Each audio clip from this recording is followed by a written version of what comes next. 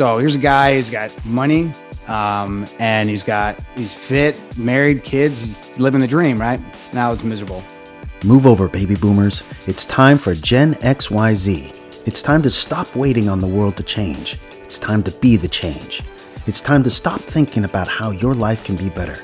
It's time to start taking action, massive action to improve your life.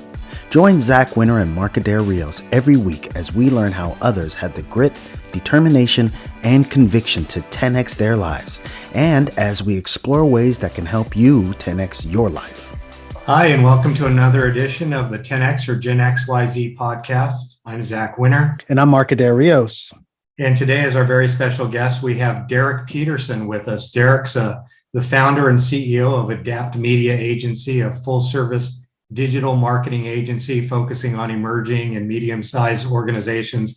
And he's also the host of Adapt You podcast, and love to get into both of those. Derek, welcome to the show.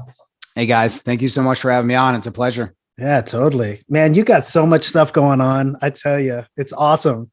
It really is. And so I know we're going to talk about some great stuff that you have in the future, but one of the big questions I had with you and folks, you'll kind of get a sense of how Derek has kind of set up his businesses and like the umbrella and how far it goes out with the different things he has going on. But I just want to talk a little bit about, your background and how you got into business, Sure. and all of that stuff.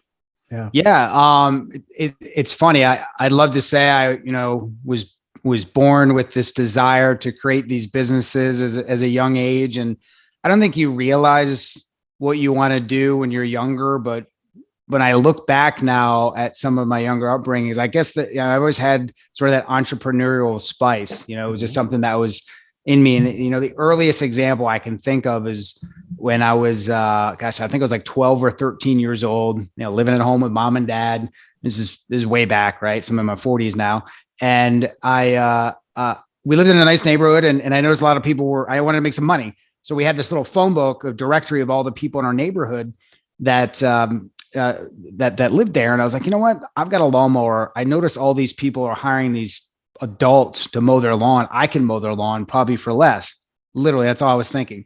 So in February, I lived in New York at the time. I cold called. I didn't know what I was doing. And I said, hey, my name is Derek. I live in your neighborhood. You may have seen me ride my bike through. I'd like to come by and give you a quote on your grass. I think I could give you a better price than what you're paying those professionals. And here's a 12-year-old kid calling up, giving him a pitch. Both people are like, oh, that's cute. Yeah, come on over. So I went over and I ended up with 15 yards in that neighborhood. I had a lawn business overnight. Love it. And Nice. to the point where I needed to bring other partners in, right? Other kids in the neighborhood to borrow their dad's lawnmower. That's what I was going to say is you have to find the too many funds to get the lawns for one lawnmower. dude. And these were like, guys, these were like half acre, 3/4 acre lots. So these weren't like little small lots. So and I had a 27-inch, push lawnmower that my dad just happened to let me use. And at first he didn't know how many I had because I was just beating up his lawnmower, right? I was just crushing his lawnmower and taking his weed whacker. All his tools just disappeared from his garage. Right. So then it rolled into other different types of odd jobs, laying down mulch, washing windows. And I was making money hand over fist, all cash, and just shoving it in the sock drawer, at home. Mom and dad had no idea this little thing that I created. And that evolved over the course of years until I went away to college. But because I knew nothing about business, when I went to college in August of, I guess it was 1994, I just went to college. I just left, right? Didn't call any of these people. Didn't tell them I was leaving. Nothing. Wait, you kept the lawnmower business going all those years? I did. Oh, wow. Yeah. So I grew that over the years because they were paying me half what they were paying the professional guy, and I showed up. Did your young partners, did they age out at a certain point? Did you have to go find younger guys that I had to fire a few people. It was awkward. There might have been a few fights at the bus stop. It was a weird learning experience. And then when I went to college, I just went to college. So one day my mom called me at school. This is before cell phones, so I pick up the phone. What's up, Mom? I'm busy. She's like, did you call these people and tell me you're not going to mow their lawns anymore? I was literally like, oh shoot. No, I didn't. Would you mind letting them know? And I hung up. Needless to say that next summer I worked at the mall. So Right. I no longer had that lawn business. And thus was my journey into that space. And, from there, I held a variety of jobs selling things from vitamins to cell phones, and was always at a sales capacity. It not what I sought out, but it was always where I landed. And left college, went and worked for a company called Automatic Data Processing, sold payroll services. So again, selling, managing, training, all that. Wore the hats through corporate America for, I don't know, maybe 10 to 15 years selling software and medical devices. Then from there, I decided, you know what? I want to do this on my own. I'm sick of corporate America. And I opened up a medical distribution business, sold that, opened up another one, got out of that, and then opened up a marketing firm. And the journey through life, as I think those who are listening through the different generations, whether you're an X, Y, or Z, you go through these phases, right? And you go through these phases of, you're just trying to make a lot of money, to you're trying to figure out who you are, to you just want to like what you do for a living and feel fulfilled, right? So I'm at that point in my stage, and I've gone through that awakening, as many go through, and they realize when they made a lot of money that they thought it'd make them happy, and it didn't. In fact, I was miserable. When I was the most wealthy in business is when I was the most miserable, because I was focused on the wrong things.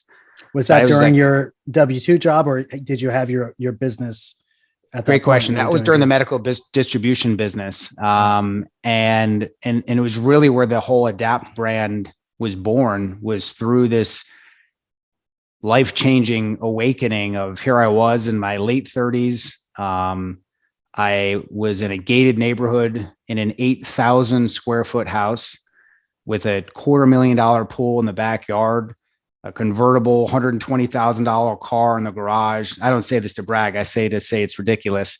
And I was in my basement, which had a theater, like 3 tiers with a 120-inch screen, watching Breaking Bad on Netflix. And most people would say I was married, 3 kids. Everyone looking from the outside in was like, this guy is killing life. He's crushing it, right? He's killing the game. The reality was I was miserable. And I didn't know why. I was empty and I hated myself. And I was like, what is wrong with me? I'm like, I was also at the time, I was just finished my 6th Ironman triathlon. So I was in the best shape of my life. So here's a guy who's got money, and he's fit, married, kids, he's living the dream, right? Now it's miserable. And it was miserable for a reason. It was through this internal introspective transformation that I went through as a person in those next coming years that the Adapt brand was born. And actually, for those who are watching, you can see the A on my shirt. It's actually an A and a Y, which was originally for Adapt You. Mm-hmm. So everything that I've done, that driving force behind anything from that point in my life forward, has always been driven towards purpose, driven towards giving back, driven towards staying in alignment with core values that I just wasn't in alignment with before. So that's kind of the quick and dirty story. The question I had was, I mean, obviously it sounds like your wife is pretty cool. Did she go along with you? No offense, but is it the same wife from back then? That is a great question. No, it is not. No, it isn't. Okay. Yes. So she didn't go along. Great question. No, she is now an ex-wife. I was a different person then. I had turned into somebody that wasn't who she originally got married. I got married young. I was 21, and we were together for 16 years. I had 3 beautiful children together. We have a fantastic relationship today. It was very important that we have that, as we have to co-parent together. But we grew apart. We were 2 different people. It wasn't working. So, at that moment in the basement watching Breaking Bad is when I decided to get a divorce and end the relationship with my business partners, and completely just like take everything on the table and just pull it off, start over. And that is a big decision, and it hurts and it sucked, but it was great and transformational at so many levels. How was the rebound for you? How was the rebound for you on that? Like, some people go through that exact thing. The dating rebound or the yeah. Well, so what I'm thinking of is, and I saw this a lot actually with some of my colleagues that got really affected by the mortgage crash, the 2008 crash, where their lives were set up around making lots of money. I'm specifically talking about mortgage brokers that I knew because I was in the business, and literally, inch by inch and almost by foot, the rug was taken out from them. So they would go from $200,000, $250,000 a year to nothing within 8 months. And a lot of divorces, because they're like, well, you're not making any money.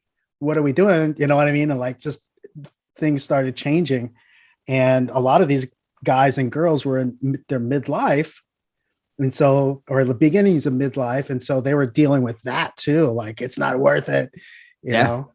And so the rebound was harder for them in a lot of ways. How about you? How did that hit you? Or were you pretty resilient and started off, on your feet? It was a little bit of both. I mean, it was hard, it was hard. I mean, I had amassed wealth and that was cut in half, more than half. Cause I felt like money was the enemy at that point, which I've later found out that that's not true, but it was more like, I don't need this. Let me just focus on things that I needed to focus on as a person. Right. And the biggest thing that I noticed or the biggest thing that I guess I uncovered throughout that process was that at a young age, I was like, I did what I was supposed to do, right? I was supposed to go to high school. I was supposed to play a sport. I was supposed to have a girlfriend. I was supposed to go to college and get a degree. So I did it, and then after college, I was like, I should probably just get married. So let's get married. Let's check those boxes. Let's have kids, right? And then let's succeed at work. And next thing you know, you're in your mid 30s and you have all these things. You haven't stopped to do any work on yourself. And literally, I didn't know who I was. Right. So you start to fill this gap, this hole in your heart with dumb things. And everyone does it, right? Or not everyone, but a lot of people do it. They do it with drinking. They do it with women or men, or they do it with shopping or drugs. Or for me, it was a way to feel important was doing these outrageous endurance races, So, and all the while is because I didn't know who I was and I didn't love myself. And when I was in my mid 30s and someone said to me, "You don't love yourself," I'd be like, "You're lame. Like, come on, dude. Like, what does that even mean?" Right. Totally. And I, but now I find myself having these conversations with people, and that's what it was. I wasn't in connection with myself. I didn't know who I was. And because of that, I'd become what I was supposed to become and become what my expectations of what other people thought I should become. And that wasn't me. Right. So it's hard to connect to that person and it's hard to feel yourself. Right. So I had to strip away all of that. And then, like you said, back to your question about the rebound, once I went through that process of discovering what it was, I sort of found Tony Robbins, so to speak, and went through all that self-help stuff, which really helped me understand what was happening.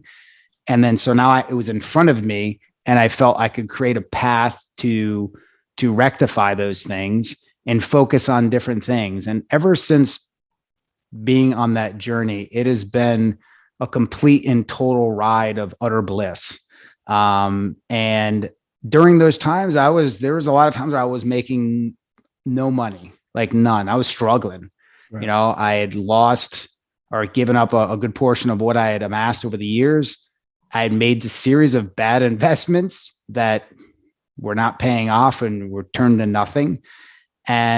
But all the while I was focused on getting to know myself. And I now remarried, met an amazing woman and my wife, and focused on just becoming more well-rounded people and focused on businesses that I knew were something that I wanted to do, something that was purpose for me, right? And for us.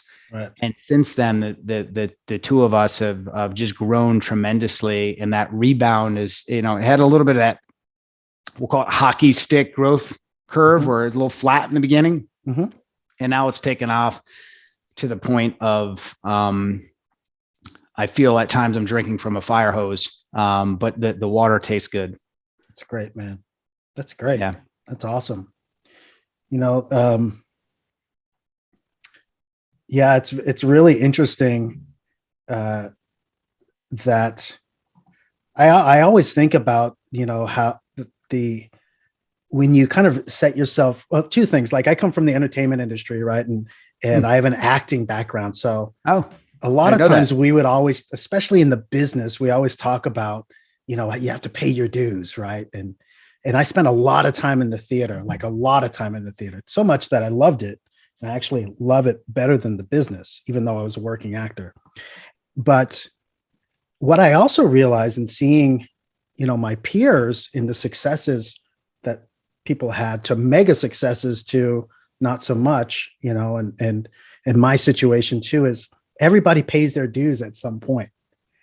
And, and it's not just necessarily success, in my opinion, but it's paying your dues, meaning having to go through and work on those things that perhaps you've avoided or are missing, but they're the things that would probably help you achieve, I want to say perfection, but you never hit it, but like just kind of fill you up and kind of reset the levels. Yeah. Yeah.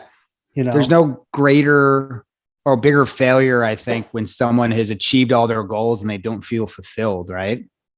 Yeah. That's and going through, that's where I was. And paying your dues, maybe from as an outsider, paying your dues might have been, finding fulfillment, where some people have spent their whole lives trying to find fulfillment, and maybe they've gotten it, but they're like, man, I need to make money, and they got to pay their dues to make money. And it comes easier from certain things, come easier for people too. It's interesting. It is. I mean, it's been a journey that I think, like you said, that I saw you guys were nodding your head as I was kind of talking about it, that we all kind of, I think, need to go through. And when I see people going through it at such a young age, I'm like, good for you, and like, gosh, I wish I had that backhand at some point in my life. And I'm sure it was given to me. It just one in one ear and out the other, because I was too focused on something. Right. I've always had focus and drive on certain things, but sometimes I can have the tendency to put blinkers on you where you're not looking at the total picture. Right. And sometimes we get so caught up with the point we're trying to get to, right? So we're trying to get from here to here. We don't realize that the meat of the journey is in between those 2 points. It's not about the product, it's about the process, right? So all the growth, I didn't know this, happens in the middle. So if all that growth to get to that point, all those things you have to do that you think you want, that goal you want to achieve, of all this stuff getting there sucks and you hate it, like, what are we doing? Like, you know what I mean? Like, I hear people that are like, they're in med school to be a doctor and they hate it. And I'm like, well, I want to be a doctor. I'm like, okay, cool. You're going to walk across stage, get a diploma, slap on the ass. Like, congratulations, you're a doctor. But you hate it every step of the way. You think you're going to enjoy practice. You know what I mean? It's just like, and you're like, why do you want to be a doctor? And they're like, well, because, and sometimes you boil it down with some people, and it's just because they want to feel significant or they want to feel important. And they feel if they have an MD at the end of their name, they'll be seen as important. I was like, so, okay, that's really not why you want to be a doctor. It's because you want to feel important. Maybe you don't need to go to med school and be miserable for this. So, it's understanding ourselves that I think is the one thing that our school system and upbringing fails us is, and I tell this to my kids all the time, and I look at their curriculum and their classes and I'm like, this is all, I mean, listen, you got to do it. I get it. But like, to learn how to learn and to learn about yourself are probably some of the two biggest things that can be taught to you growing up. And, that's really where this whole adapt brand and what we're trying to do with it is trying to lean towards, is what wasn't provided to us in the early stages of life that a lot of people, your X, Y, and Zers are waking up to in different stages, is to try to deliver that to them and give them what we feel are the critical pillars or elements of what help someone or make someone feel fulfilled in life. I love it. Yeah. If you nail these things, you're probably going to be feeling pretty good. That's great, man. What's really commendable and also a tremendously difficult thing to do, though, is what that point in your life where you had been on this course climbing, I use the hill analogy, climbing this hill, reaching new heights in your profession, in your personal life, and you're checking off the boxes. And you get to the point where you're pretty high up on that hill and you realize this isn't the hill I want to be climbing. This isn't for me. And you have to make the decision to climb a totally different hill and go down that hill and start at the base of a totally new hill. That's a hard decision to make. Totally. But it's a necessary decision if you really want to lead a fulfilling life. Totally. And that rebound I was talking about, some people expect to be helicoptered off the top of that hill to the top of the other one. Yeah. And you know what I mean? And like you said, Zach, climbing that whole other mountain, terrifying. Very terrifying. Yeah. Well, yeah. It really takes a lot of courage. Well, it does. And not only do you have to, and when you leave that hill, right, that you climb to the top of, to stick with your analogy, and you get to the top and you realize the view kind of sucks from up here. It's not what you expected it to be, right? And you're like, oh, maybe it's better over on that mountain. It's kind of hard to go back down the mountain slowly. So you just jump and kind of grow your wings on the way down. And when you climb that next mountain or the first mountain, it's not like, if anyone's ever been hiking, you can't always see the top. You don't know what it looks like. You think you know what it looks like. It's foggy, it's raining, but you think it's going to have a nice view. So you can only see what's in front of you. And you just kind of take it step by step and just have faith that, you know, the next step's going to kind of bring you that brighter future. But my point being is you need to enjoy the hike, you know, you got to enjoy the ride. It is because when you stand on the peak of the mountain, that's just a small moment in the entire day. Yeah. It's the hike, the tripping, you're skinning your knees, what you learn, avoiding the, bobcat that ran by, whatever, to stick with this analogy. That's where the growth happens. And to me, that's where most of the fulfillment comes in life. You feel like you're progressing, right? If you feel like you're going up the mountain and you're going somewhere, that's fulfilling, right? You set a goal, going to the top of that mountain.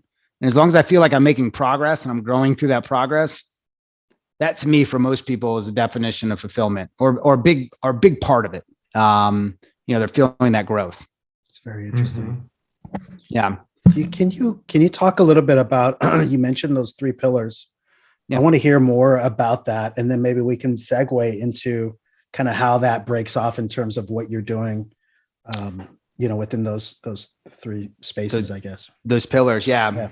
And I think there might be, there's really, I mean, some of these pillars could be 3, it could be 5, but we'll call it maybe 4. Okay. We'll split the difference. The first pillar is, in terms of, really what you want to have good control over, in your life is your health, and I'm talking about your physical health, and your mental health. So, we all have this vessel of flesh, right, that carries us through life. And if you don't take care of it, it won't take care of you. I mean, everyone talks about having a long lifespan when in reality, they should be talking about having a long health span, right? I don't want to be in adult diapers, staring at the ceiling, taking Dixie cups full of pills in my later years, right? I would rather be out there active, doing what I do. Totally. And then, however I end is how I end, so extending our health span, not our lifespan. And that to me is a very, very, that's such an important pillar. You don't have that down, like some of this other stuff doesn't really matter, right? It's quality of life, right? It's quality of life all day long. Yeah. I mean, it is. And I think a lot of that comes down into, sort of the next pillar, which is, sort of your business, your finances, and your wealth, right? I know I said that, money doesn't buy you happiness. It doesn't, but it does buy some things. So let's be honest with each other. Let's not sugarcoat this and all of that. I've been, I don't want to say rich, but I've been wealthy and I've been poor. And honestly, I was happier when I was poor than when I was wealthy. I mean, the poorest moment to the wealthiest moment, I was happier. Right now I'm very comfortable, and it has having that wealth, and having it in alignment with the work I do, fulfilling me, but also providing that income is where I think a lot of people desire. So to have your job not feel like work, like a drag, where you're living for the weekends and living for lunch and all that stuff like that. That's not fulfilling. They say that most heart attacks happen on Monday morning between 7 and 9 a.m. True story. Monday morning for that. In our business, it's Monday morning reports. Yeah. So our properties. Exactly. So, I mean, it's one of those things that like people generally hate what they do. Right. So that it stresses them out. So they trade in, they gain financial wealth, but they trade like their mindset and how they feel about what they're doing all day. So they give up a stress there. So it's like a wash. Versus some people could do something that they love, boom, pull that back, but they make nothing in money, right? Yeah. So then they got that stress. So to find that balance and that synergy between the two, I think is ultimately we all strive for. So having that in check and having it in alignment. So I think that's the second pillar. Third pillar, mindset. So I give this its own pillar, because to me, our world is how we perceive it, and how we perceive it is the lens by which we view it through. And that lens is our mindset. I can look at a rose bush and see thorns, or look at a thorn bush and see roses. Right. So it's like you pick how you perceive things, and having Carol Dweck always talks about a great book about a growth mindset. Always believing that there's an opportunity, always holding yourself accountable, and not having that victim mindset that, we could spend hours talking about mindset. Mindset's everything. And from that, it's the springboard by which your body of flesh that's healthy can be now in alignment with opportunities in your business world and move forward. Right. Just a thought on that. Sorry to interrupt you, but just a thought on that. I was just imagining these pillars. And that brings up such a really good point, and maybe I could be wrong. You guys fill me in on this, but this mindset thing and staying positive, and there's a threshold where it can become, sometimes hubris or arrogance, or whatever, like too much kind of like positive mentality in that direction is detrimental. But looking at the other pillars, especially money, right, and wealth, and taking away that very kind of the survival portion of that, to where you're at a place where you can, start to grow and think about other things, and then the same thing, if you have just a solid subset of just a general overall health, you don't have to worry about survival. When you're, I mean? Like there's a space where you can start to hum and start to grow from there, where you're not at the bottom tier of Maslow's kind of hierarchy of needs, right? You're not thinking about survival all the time. Well, I agree with respect to, your mindset about money. I think you're better off having a mindset of abundance and not a mindset of scarcity. Totally. Because with a mindset of abundance and a very positive mindset, it gives you the ability to look broader and achieve broader things. Yeah. Yeah. It's so true. I'll tell you, just on that part of it, I used to be, but I'm not a fan of law of attraction, but I do believe that you can set your intent on things as long as you take action. Right. And emotionally, you're aligned with it. But years and years ago, and again, I told you I was an actor. So there was times I was really starving when I was in my, late teens, 19, something like that, 20. And I had this thing where for some reason I was always getting parking tickets. Now, of course, my older self right now is like, yeah, because you're an idiot. You're part. But at the time, I had this battle going on with the parking, and it just fed itself constantly.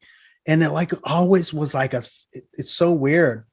And I guess my point is that was overall, you can have a positivity, but you can also be on these kind of chaotic kind of, Why fights. me? All these fights, against things that bring that negative energy, and you can get locked into that, and it just doesn't matter. And what are you doing? And yeah, I'm not going to win against the city of Los Angeles. Of course not. They're going to take your car. Yep. So just stop, pay your stupid parking, pay your tickets and feed the meter. Don't be stupid. You know what I mean?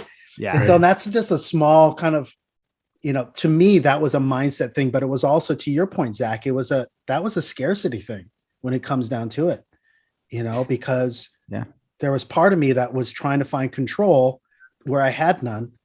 And it also drilled even deeper into, I didn't have any money. So like I was justifying it with that too.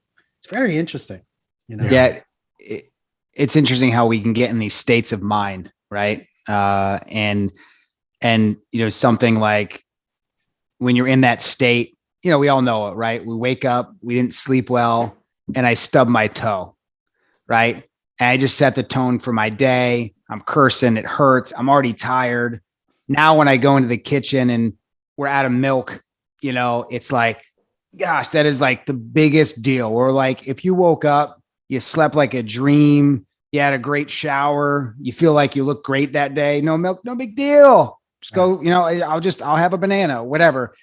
How it rolls off you a little bit differently, but what I think it comes down to, Mark, is it being, as we get older, and I say that because it took me getting older to realize if we become aware of our states, right?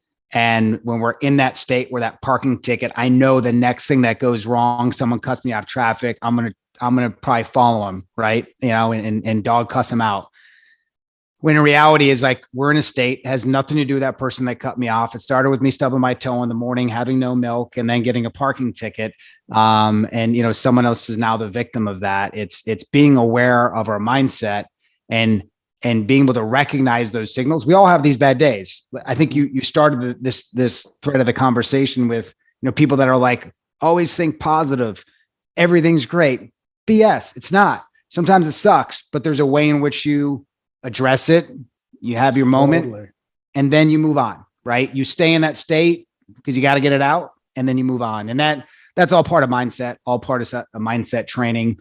Gosh, we could talk for years about that. Yeah, but that's a big pillar, because we know people that live permanently in these states, these fight or flight states. They're constantly angry. They're constantly this, they're constantly that. And it's holding them back. It's stopping them from growing and progressing. Yes. And seeing opportunities. So like we talk as much about seeing a stubbed toe and not having milk as being the end of the world. Well, if you are focused on a goal and you're trying to go there, and you have this growth and abundance mindset, opportunities and little signals you get throughout the day that you maybe normally would have fluffed off, you now go, oh wait, maybe that'll help this. And receptors are more open to it. Yeah. You're more open to it. You're more willing to because you believe in growth and moving and prosperity. So you start to push towards that. So it's but it all starts with mindset. And that's pillar, I guess, number 3. Number 4 is love and relationships. That's relationships with your significant other, and relationships with your family, your friends, your co-workers. And at the end of the day, this is all about people, right? It's all about connection with people. The money we make, the millions you earn, the flashy cars and watches. Like when we're in our last moments, you know what I mean? We're not thinking about that. Totally. I'm not sitting there looking at a Rolex on my wrist. I'm thinking about those moments I had with people, right? Those memories, and being present in those moments. Yeah. And with yourself. And with yourself. We're Absolutely. Like totally talking about, with all of this, getting right with yourself. With you. Right. Yep. And that's really where those pillars are really where, like, to show that logo, that A and that Y, that's where Adapt You came into play, which is it's of my belief that those things, if you have them nailed down, and spirituality would be that fifth one, which is a major one. And those things combined together are really what can help make the best version of you, right? And a lot of people don't focus on themselves enough. And if you can fill your heart up with love for yourself, and you can change and adapt yourself to be the best version of yourself, then you're just flowing with something to give. If I don't have love for myself, I don't have love to give you, Mark, and you, Zach. You know what I mean? Right. I don't have any to give you, right? If I do, it's fake love. But if my heart's filled with it, through spirituality and all those things that we just discussed, then I'm in alignment and I'm in a position to really take this world by storm and to have a fulfilling life. And from that, that's where Adapt You is born. So like literally everything, every company that I have, it all has that A on it. It all has Adapt on it. And, now we're trying to transition into, really growing a brand of major content to help people through what took me until my late 30s to go through in a more challenging way. So if we can help people get there sooner, then I feel like I'm providing a service at that point, or helping people. That's totally in line with 10X for Gen XYZ. The boomers are in there too. We always talk about this. We joke about it. Boomers are in there too. We just don't have a letter to add to the acronym. But sorry, guys. Sorry, boomers. Next for Gen XYZ and boomers. Yeah. I mean, you could say Gen X, Y, Z, and B. I don't know. It just doesn't sound good. Yeah. Sorry, boomers. You totally Gen X for BBXYZ. Yeah. So all right. So okay, let's talk about some of the stuff you have going on. What's Change 30? What is that? So Change 30 is sort of it's a part of the Adapt You podcast that exists today, where what Adapt You is all about. It's all about change, right? So the word adapt, I'm of the firm belief that the only constant in life is change. Mm-hmm. And that if you don't embrace, but it's the one thing that most people really stink at, right? Most people are resistant to what? Change. Right? Yeah. They don't want to change anything. They just want immediate results, immediate gratification. Change is hard. So, and change requires, as you guys said it requires action. So with Adapt You, we bring in a lot of people onto that particular show to discuss, change that they were navigated, that they intentionally chose to take on, mm-hmm. to stimulate growth in their life. And some people we have on that something happened to them. They had cancer. They had they were widowed, something terrible, and change was forced upon them, and they were forced to adapt in that situation. Right. Either way, that journey is similar, whether you decide to take it on yourself or you don't. But like we talked about those 2 points, it's in that growth is where the change occurs, right? So a lot of people frame that trip as painful, right? Where if we envision that pain during that, because it can be, right? If we envision that distance between the 2 points is if we envision that as growth, if we reframe that pain and suffering as progress, mm-hmm. right? Mm-hmm. Then it has a little bit of a different look. Then when things start to hurt, right? When you're on the last mile of a 5-mile run, it's like, this hurts. Yes, this is where my body is going to adapt and change. So what Change 30 was an intentional approach with myself and a co-host for that part of the series, Brian, good friend of mine. We share a lot of similar beliefs and all of this, just like you two guys. And we wanted to create a series of challenges. And this whole concept of expanding now into a whole network of shows around these challenges. And the challenges are challenges that we take on, something we want to we've always wanted to do and we always want to learn about, but never have held each other accountable or been held accountable to it. So we call it out to the world like, hey, we're going to go do yoga, which I can barely touch my kneecaps. And we're going to do it every day for 30 straight days for up to an hour a day. And come hell or high water, we're doing it. and we're going to hold each other, and we're going to talk about the journey every week on the show. And we're going to tell you how much it sucked, what our experience was, and all that. We did one with yoga, and that was hard for me. But I didn't want to do it. But Brian was like, let's do yoga. And I was like, I don't want to do it. And he's like, that's why you do it. Cause you don't want to do it. And I was like, you're right. Physically, I'm sure you were fine. Was it a mental thing? Or like, I don't, it was definitely a mental thing, because it was like, where do I find an hour of my day? I knew we talked about all the benefits to which my body needed. But I didn't, it seemed like such an undertaking for me. Right. So we like with most change, we did 30 minutes week 1. I think it was 45 minutes week 2. And then week 2 and 3 and 4 were an hour. That's great. You do that. That's cool. And we shared in the journey. We monitored our progress. And we set a goal that we held each other accountable to. If I was doing this by myself, I probably would have stopped.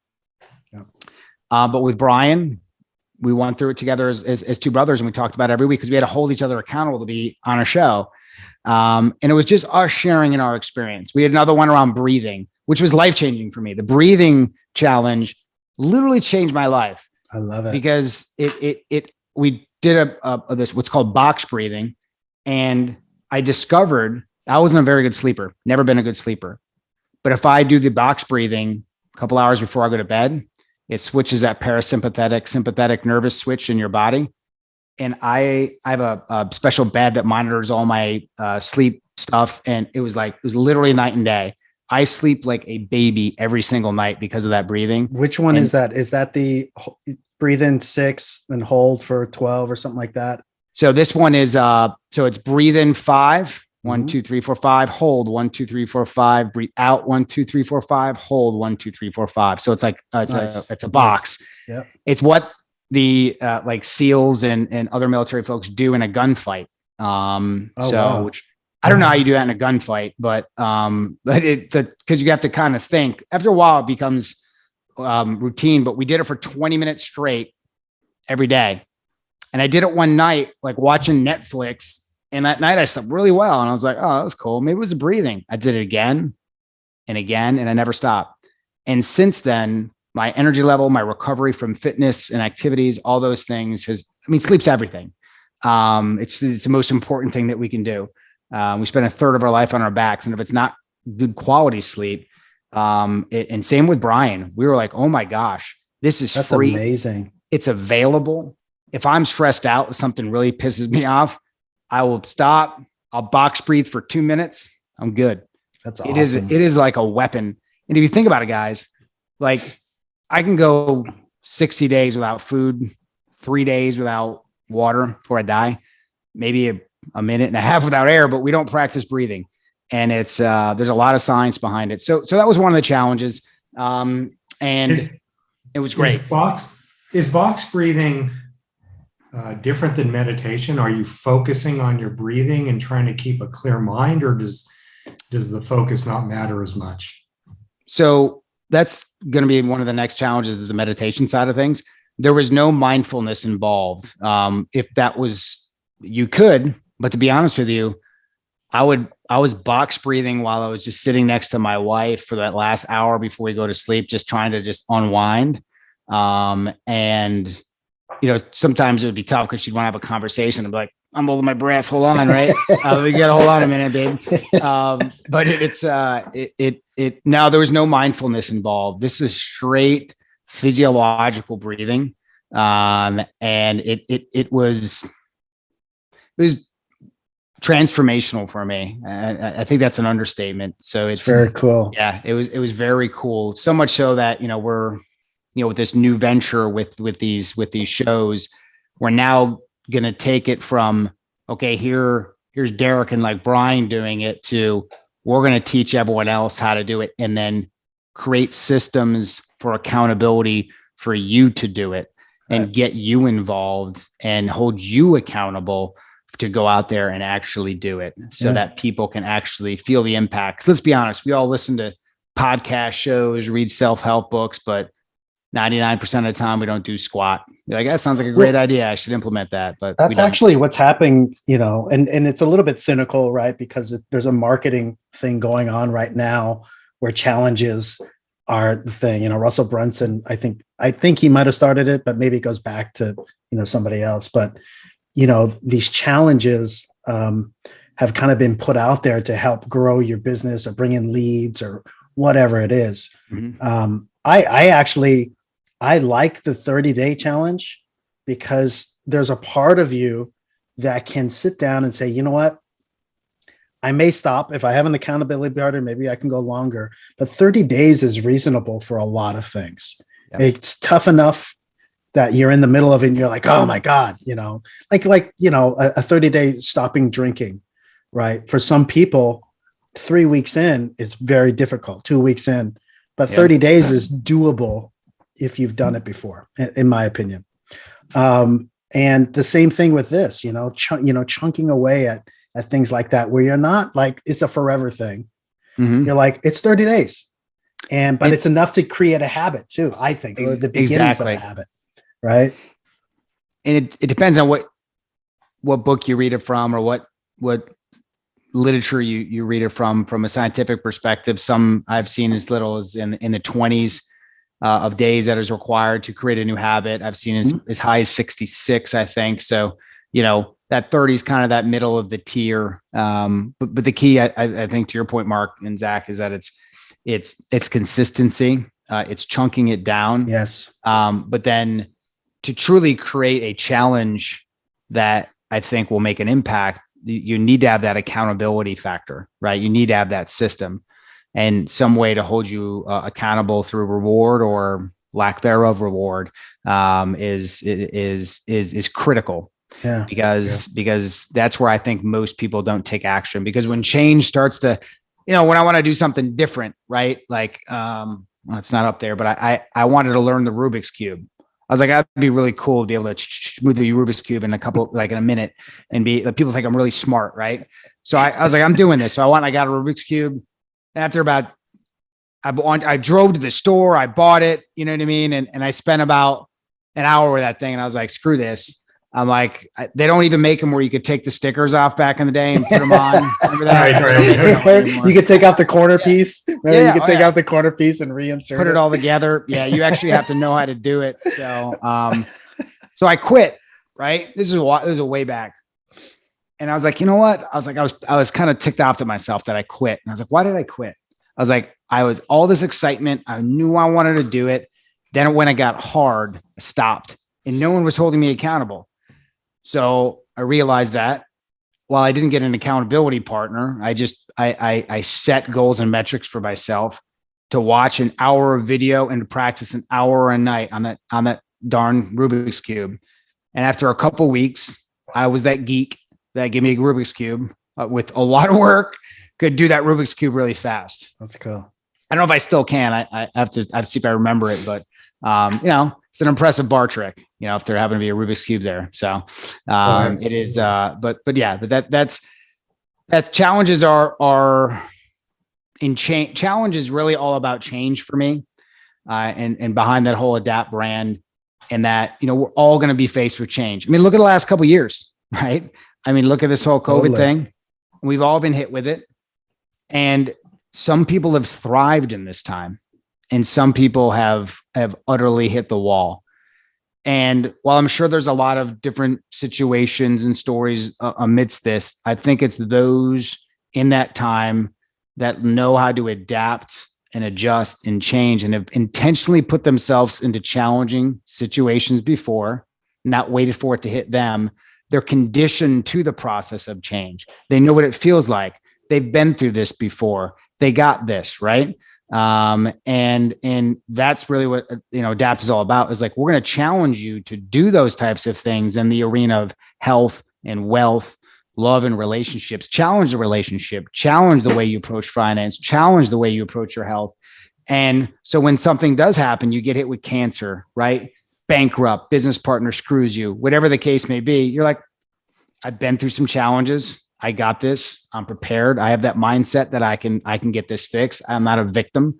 And you're prepared. It's Darwin, what is his quote? He says it's not the strongest that survive. It's those that have, I may be butchering this, but it's those who have the ability to adapt that survive. Right. Yeah. And I mean, it's held true with history. I mean, if it didn't, we'd be ducking brontosauruses on our way to work. Right.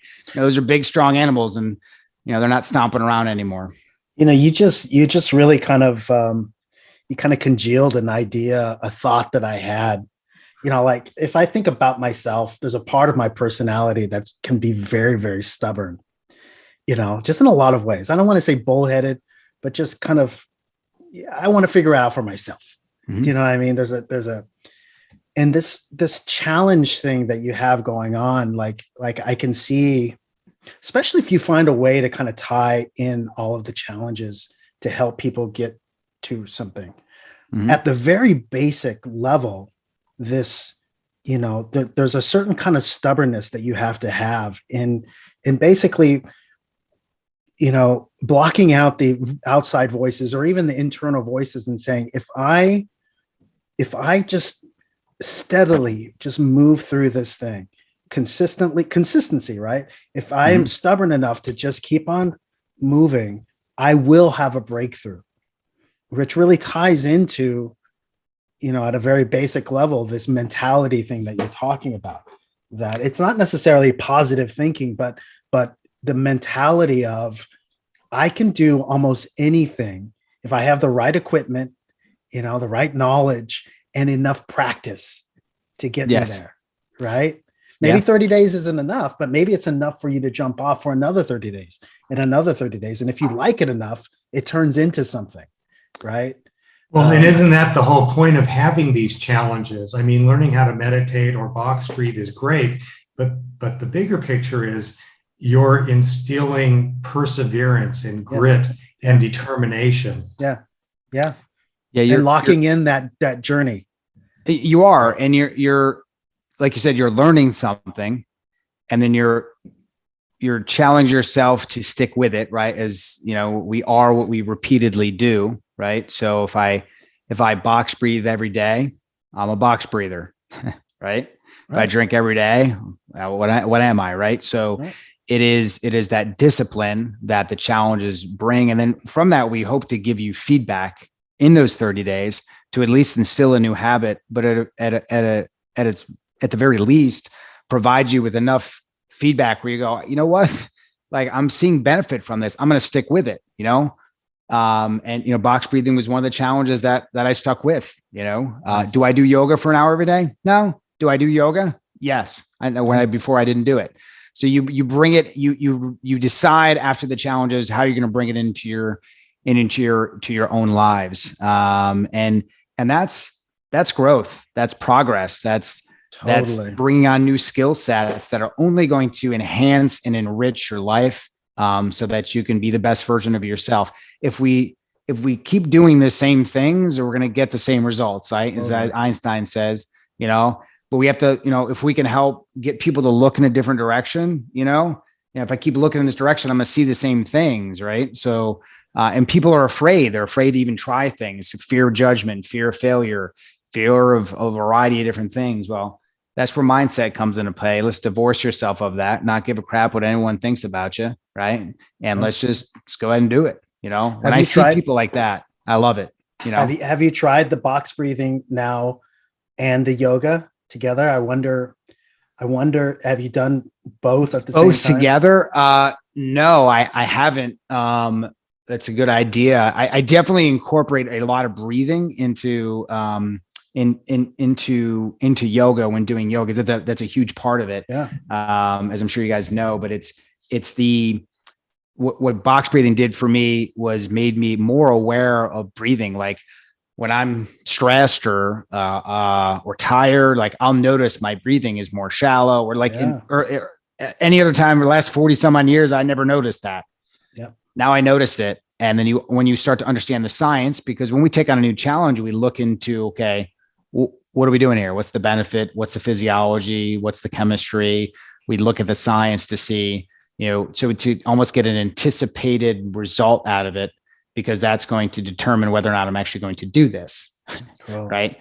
if someone said, "Hey, you should do this box breathing," what's it do? Nothing. I'm like, well, why would I do that? Right. So, but yeah, so we've got a series of challenges, and really what's changed is now we're rolling out a series of shows that are focused on those pillars. So rather than before it was one show and Adapt You, it was too much to handle and some people, it was too diverse. So now we're building respective communities around Adapt Health, Adapt Wealth, that we have a Love and Relationships. We're actually actively pursuing.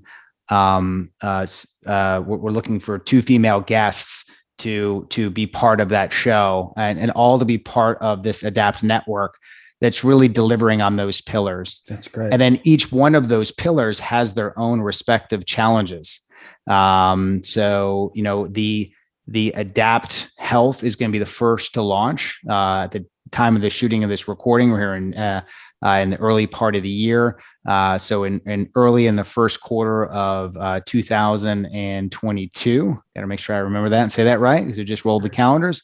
Adapt Health will roll out, and its focus is, again, it's content-based delivery. But we're going to have challenges that you sign up for and you actively participate in. It costs you nothing. It's completely free. And there's a community around it. And the first one's going to be around immune health. Great. Helping educate people on immune health at a time where so important right now. Education on that. Totally. Yeah, absolutely. So important. Very. Yeah. So we're excited about that. That's awesome.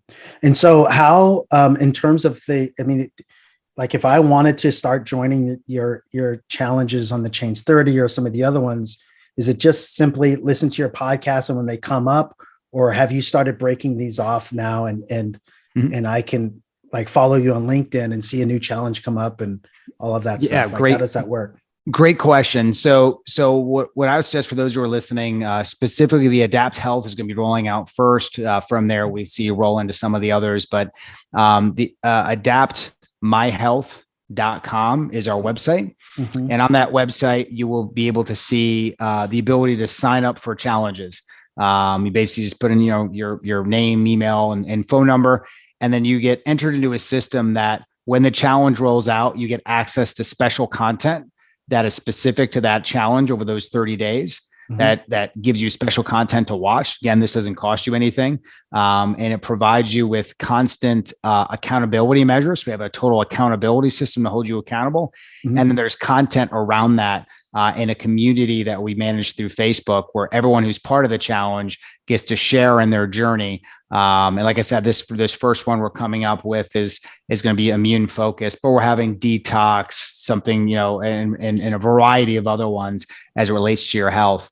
But great. Yeah, Adapt My Health is the best place to go for that, to kind of connect with us. And if you just search Adapt My Health on Instagram and on Facebook, you'll find us there. And so am I able to join in the middle of a cohort, or like, is the 30-day timing based on when I join, or is it, okay, we got a couple of weeks to the next one, but here's some stuff in between to get you prepped before we start the challenge, and you go, you go with a group?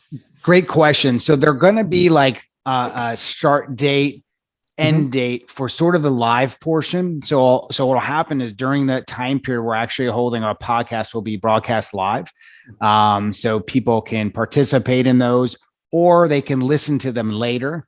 And same with the special content that is related to the challenge and the steps that you need to take in your health. They're evergreen. So you can watch them in perpetuity. Years from now, you could sign up for that challenge and still participate. Where you maybe lack is in the community, everyone doing it during that time period. You may not have that, right? But all the other accountability, like we send text messages to your phone to check in with you. We send emails to you to check in with you, like, how's it going? What have you been up to? That part of it will be evergreen. So, if you want to do the immune health 2 years from now, still there, sign up, and it's ready to go. In fact, the way that challenge starts is we actually have an online assessment that takes about 3 to 4 minutes, and it tells you whether or not you may be compromised based off how you answer certain questions. So it gives you a baseline score. And then from there, we try to improve upon it. So try to see where you are. Yeah, I could see the old, forums system kind of brought back in a lot of like with something like this where you're joining, you want to get started with something, maybe you're too early for the next actual live one, but having a forum where you can break off and find people that are starting with you to move through that might be to give you that accountability partner. Totally. We'll give you a virtual one, but yeah, and once you're signed up for our community, you'll be made aware of well in advance when the challenges are coming. That's cool. If you want to jump on for that particular one, we would love to have you. The bigger the community, the better. We're really looking to take that challenge concept we spent so much time talking on and make it an organized thing, and make it available and make it free, because a lot of these challenges you sign up for, you got to pay for them. And that can be prohibitive to some people during these times. So yeah. Interesting. Are you going to do the communities on Facebook, or are you looking at like Telegram or Discord or? That's a great question. At first, we're thinking Facebook, just because that's where a lot of people are already connected to. Telegram is probably second in line in terms of people that are on it and are familiar with it, with Discord probably being the most secure of them all and probably the better solution, to be quite honest with you. But a lot of people don't understand Discord quite yet. I didn't even know what it was until I joined this like cryptocurrency thing. And I'm like, what is Discord? And now I know. And it took me a while to get it. So, but I'm sure over time we'll go through evolutions, because, Facebook has been known to, for no reason, just take your entire group and just poof, it's gone if you say the wrong thing. So that's right. Yeah. So it depends on Zuckerberg. If you're listening, please spare me. It's, like not to go off on a tangent, but Facebook there's a weird kind of necessary evil, but you also are, if you're building out some sort of platform, I can see the hesitancy there of like, do I want to put all my eggs into that basket, knowing that I'm really just kind of submitting all of my stuff and all of my, not only my data, but just everything I'm putting into that platform. And business. I mean, if you're running your business through there. Oh, we've seen it happen. Yeah. We've had people that run their entire business, especially lately, these last few years, a lot of functional med physicians and wellness doctors that maybe had a different feel for what's going on and what's being so forced and all of that. They say the wrong thing, and somebody that has 100,000 followers and that's how they grow their business, poof, it's gone. They can't have that discussion, and that there's definitely something completely wrong with that, in my opinion. And it is, you're right, Mark, it's a necessary evil. But for those who are listening, if you haven't seen the Netflix documentary called The Social Dilemma, it is profound when you start to understand the mind control and data and terror that platforms like Facebook and Twitter can rain on people. It's scary. So you're right. It's a necessary evil. It's a community. It's a place where people gather, but it ruins lives in so many ways as well. Like you said, it's this necessary evil. And now that they're going to this, Facebook's now called Meta. And listen, this has all come from a marketing guy that uses Facebook as a tool for businesses. Yeah. Meta is terrifying to me. The fact that you're now going to have human beings walking around with these Oculus goggles on rather than going out and seeing each other face to face. It's ridiculous. I actually was going to try to end this portion and just talk about I'm so glad you brought that up. Yeah. What your thoughts about all that. Zach and I were just talking about this and how I see some possibilities actually for us, because we're in the real estate and there's this whole thing about these people selling parcels of quote unquote land in the metaverse. Mm-hmm. And we talked for at least a half hour on like what the ramifications are. And, like the scarcity principle of real estate really applies in this, this area, But like, who was the guy that just resigned as CEO? Jack Dorsey. He's in a big fight with Anderson right now over, Web3, because he's like, you're not decentralizing anything. Yeah. Somebody has to build these worlds. Yeah. And that's not decentralized. No. Like you're going through a tech company, and eventually they're going to kind of lock you in there, and in order to expand, maybe they have to create a whole nother land and another land. And, I don't know. What are your thoughts on that? Man, the metaverse is, will I invest in it? Have I invested in it? Like from a crypto perspective, yes. Will I be the dude wearing Oculus glasses every night? Right now I'm going to say no, but it's going to be like one of those things where at first you resist it, and then next thing you know, you have to do it in order to be part of certain types of things, because that's how things are going to be done. This is where we're going, right? Yeah. It's like my parents who were like, I'm not getting a cell phone. Well, now my mom's got like an iPhone, XL, and like, 2 iPads, and she can't get her off them. Right. So it is, it's unfortunately where we're going, but like some of this stuff is just outrageous to me, that people are buying these NFTs and putting them in their house and their imaginary land that they bought next to Snoop Dogg's house, and they're spending hundreds of thousands of dollars. Millions. And now maybe I'll be it's crazy. Yeah. And maybe I know I'm wrong here. I know that those people are doing probably the right thing because they're early adopters into what's going to be happening. What scares me, listen, it will be fun. Like the three of us throw the goggles on for a minute. Hey, let's go have a beer. Instead of having this meeting, let's go have it in, Mark's, virtual, penthouse in whatever land in the metaverse. That'll be fun. Right. But what it detracts from is human social interaction and reality, because social media, people can go into that metaverse and be something that they're actually not, which is a very hollow, shallow feeling at the end of the day. Right. And what pillar on your 5 pillars, what does that fulfill? What is my spending 3 hours in the metaverse, whether I'm doing we talked about this, I'm doing a metaverse meetup I normally will have webinars and we'll have physical meetups to not only talk shop with real estate investors, but to network, but also, to meet possible new investors that we can start creating relationships with and things like that. And can we do that on a piece of land that we bought in the metaverse and created a commercial building with? Yeah. Can we do that there? But like in terms of your pillars, where's it fit? Your pillars create a bit of, it like finds the humanness in us, right? Like if you watch Dune, right, the whole idea with the witches, the Bene Gesserit, is finding humans, and humanity. And because of AI took over at some point, I'm a geek about Dune, but but and so this is part of that, you know what I mean? Like what you're talking about.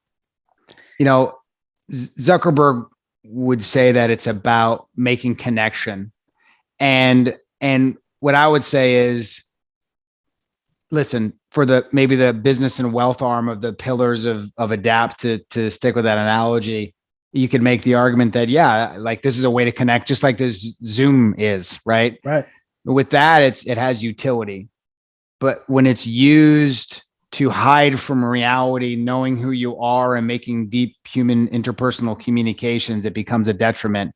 And what I think it's really being used for is, if you can see the amount of manipulation that can be done with a screen and your finger, imagine when your entire mind is wrapped in a 3D universe, the level of manipulation and control at the steering wheels. Again, going back to social dilemma, you have to watch this for it to sink in. And again, I'm a marketing guy. I use these tools, how they can pull up your strings and literally screw you up in your head. That part scares me. If it's used for good and it's used for prosperity, it's used for connection, like truly like the Zoom link technology does, awesome. If it's used for manipulation, other things that it's been used for over these last, few years, then it's a problem. It can be weaponized. I'll also say this too. And I jumped onto Decentraland just to see what's going on, just as a guest. I think I can log in. I didn't even have to create a username. You can just log in. You got this avatar and you can run around and see things. And I was telling Zach that I didn't have an opportunity to engage anybody, but that could have been because I was in the wrong part of town and there was nobody around, or it was just the free version. And maybe you have to log in to find other people. Yeah. But the other side of it was being a Gen Xer, and maybe the Gen Zs and the Gen Ys don't realize this at this point, but we had a version of this, in the early 2000s, somewhere, 2003 or 4 or somewhere, where you could log into a world. I forget the name of it. It wasn't Sim City, but it was a first person kind of world that you could log in and run around and do stuff. And the graphics weren't the same and the internet wasn't the same. You were on a dial-up modem. Yeah. But there were movies made about it, Johnny Mnemonic, and some of these other ones where, people getting caught into these virtual worlds and the Matrix. Yeah. I feel like we've been in the Matrix the last couple of years. Yeah, really. So I think it's all, it's interesting. I think that if your goal is, like you said, really kind of climbing that pillar of wealth, especially if you have coin to spend that has increased in value, why not spend it there? What are you going to do with the coin? You know what I mean? Yeah, true. Yeah. I got an extra 100 grand, 200,000 in what equals Bitcoin or Ethereum. Okay, it's not going to hurt me to peel off a little bit. Throw it in there. You never know. I mean, specifically with that whole crypto space, gaming, we're getting more and more electronic. There's no disputing that point. So it would make sense to put money into where we're headed, a more digital virtual reality. Whether you agree with it or not doesn't mean you can't invest in it and be part of it and have a little piece of plot or land. My hope is that it's not abused. Like you see a lot of kids today abusing how much they use their cell phones and how much they rely on social media. It gets away from that, interpersonal, humanization, like with Dune, right? Like human beings, interactions. And that's where the magic happens, That's what's made these last couple of years difficult. Lockdowns, all that stuff. And everyone's zooming with no pants on. And it's like, let's get back to putting pants back on and seeing each other face to face. Yeah. Especially you, Jeffrey Tubin. Yeah, I was just reading an article, and we can wrap this up, but I was just reading an article today about some guy had bought, I guess, one of the most valuable sets of NFTs, these I think they're called something apes. The apes. Yeah. Yep. Yeah. And so he so jacked up, and Twitter is just savage, dude. I guess he got hacked, and he was crying on Twitter about, oh my God, they just sold my whatever ape.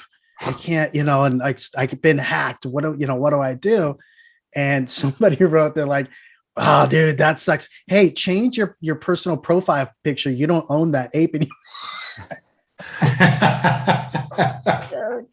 Oh man, just terrible, dude. So somebody hacked into wherever he was storing that NFT and was able to access it and sell it. Yes. And they had to go back to OpenSea for them to try to get his NFT back, but it's lost, right? Yeah. Once someone sells it, it's like there's these people that are swapping SIM cards, right? So when you walk into they'll grab your phone, they'll identify you as your person that has it, and they'll grab your phone and they'll swap. Maybe they work at a cell phone store, or somehow they swap your SIM card, because a lot of people keep their seed phrases for their wallets, a picture of it on their phone. I grab your seed phrase. Your address is pretty, can be somewhat public because I know this person owns it. I got your seed phrase. I can do whatever I want, more or less. And once it's out in the ether, because the total, the fact that no one knows some of these other addresses, it's like, it's gone. So yeah, wow. that's an issue that I see just in terms of all of this Bitcoin and the status seeking part of it, right? Mhm. The flexing and Yeah. the, is, yeah, people are getting, like Kim Kardashian getting kind of, kidnapped and robbed because she has just this mega status and she got targeted. Right. Yeah. And these Bitcoin people that are become Bitcoin millionaires and billionaires, they're being targeted increasingly, especially the ones that are flexing on social media about what they've done. And so there have been, I've seen, some guys for security, they're breaking up their hardware wallets and putting them all over the world. Yeah. So that they don't really. Yeah. Well, that's the great fear for me, is this technology of your if you have any sizable amount of crypto, say Bitcoin, and you put it on a wallet, I mean, where are you going to keep that wallet? What if somebody breaks into your house and steals your wallet? Yeah. I think that part of it is, it's like anything, reducing your exposure in terms of walking around. Like out here, we have these smash and grabs right now, but we also have people going to a place, Melrose Avenue or Melrose Drive right now. And there's been a lot of kind of theft going on during the pandemic. And it's really brazen. But part of the thing is that what I guess they're being targeted because it's a place where people are going and spending a ton of money to get shoes, to get hats, to get all these kind of high profile, flashy things. And so they know they got cash on them during this time and they're targeting them. Yeah. And so taking that all away, man, and going back to the millionaire next door, start driving the Volvo, man. Yeah. It's not worth it to be Bitcoin famous and driving a flashy, Maserati or whatever. It's just not worth it nowadays, dude. No, unless you want to put a big target on your back. Oh yeah. Right. They just throw an Apple, one of those little Apple tags in your bumper and follow you home. Yeah. Exactly. Yeah. It's crazy times right now. It's just all these new investments. It's such a it's very technology based, and it's, listen, it's coming, unless some big power surge happens, which might be one of the greatest things that would actually happen to humanity. Then people would actually have to talk to each other. Just unplug, and it'll never happen, but it's imagine if that happened, people would lose their minds, right? Lose their minds. Think about when you can't find your cell phone, how stressful it is, right? Gosh, it really shouldn't be that way, but it's just, we've become so dependent on this technology, and we just gotta be mindful of it. Like I said, it comes down to that connection like this, just three dudes talking, I mean, here we are, we're about an hour and a half in, and like, it feels like it's been 5 minutes, and I've enjoyed every second of it. It's awesome. Me too. Well, so just go ahead and repeat your website for this challenge thing, the first one that you got going on, and then where else can people reach out to you and kind of see what you got going on? Yeah, no, I appreciate that, Mark.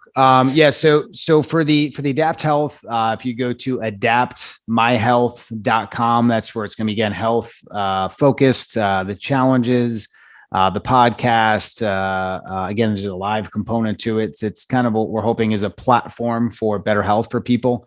And if so, you can get in contact with me there, or you can go to, you'll notice the trend here, adaptmediaagency.com. Again, it's adaptmediaagency.com. We're a full service digital marketing agency that helps businesses grow their brand and what they're trying to sell and promote. You can get in contact with me there. So yeah. And actually, I'll just throw out another plug and a testimonial in for you, because we're actually clients of yours.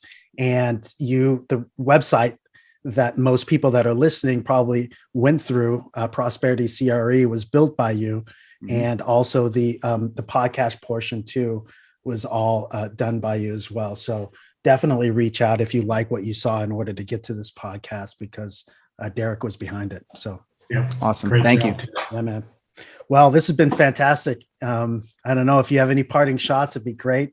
But otherwise, I've had an awesome time, Me too. No. Thanks, Derek. Thanks very much. No, thanks, Zach. Thanks, Mark. It's been it's been such an awesome conversation, just talking shop. And I love what you guys are doing here with this show, what you've created. I love the name. We love working with you from a client perspective, and you guys bring a unique flair, I think, to this space that this industry needs, Awesome. and an overall well-rounded approach to this space that is needed. So I tip my hat to you for the service that you're providing to people out there, and I'm grateful that I've had the opportunity to come on here and be a part of it at any level. So thank you. Thank you so much. Thank you. All right. All right. 10X for Gen XYZ is hosted by Zach Winter and Mark Adair Rios, co-founders of Prosperity CRE, a commercial real estate investment firm committed to providing its investors with ongoing cash flow and building long-term wealth.